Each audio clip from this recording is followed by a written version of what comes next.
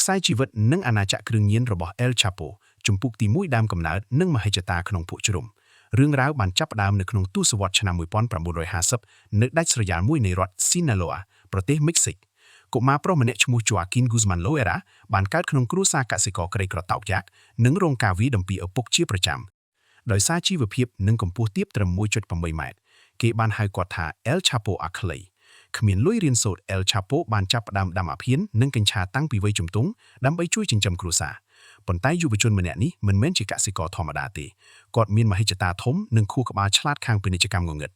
មិនយូរប៉ុន្មានគាត់បានចាកចេញពីស្រុកកំណើតទៅចូលរួមជាមួយក្រុមម៉ាហ្វៀធំៗដោយចាប់ផ្ដើមពីតំណែងតូចតាចជាអ្នករៀបចំឡានដឹកជញ្ជូន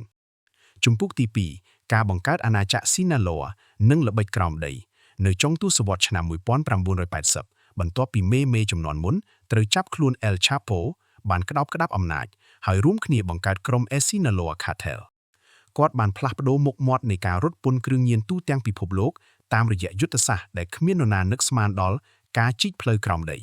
បណ្ដាញផ្លូវក្រោមដីទំនើបរាប់សិបខ្សែត្រូវបានជីកកាត់ព្រំដែនមិចស៊ិកអាមេរិកដោយមានទាំងប្រព័ន្ធខ្យល់ចេញចូលនិងផ្លូវរទេះភ្លើងដើម្បីជញ្ជូនកូកាអ៊ីននិងថ្នាំញៀនរាប់ពាន់តោនចូលអាមេរិកអំណាចរបស់គាត់បានរីកធំធាត់រហូតដល់ទស្សនាវដ្តី Forbes ដាក់ឈ្មោះគាត់ជាមហាសេដ្ឋីលំដាប់ពិភពលោក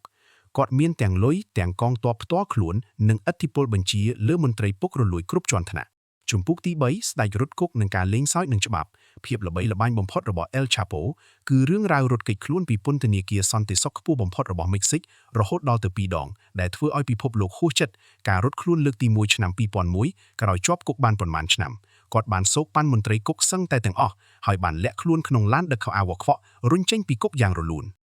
ការរត់ខ្លួនលើកទី2ឆ្នាំ2015ក្រោយត្រូវចាប់ខ្លួនវិញបានតែ1ឆ្នាំផ្ទុះរឿងរ៉ាវដ៏រំជើបរំជួលមួយទៀត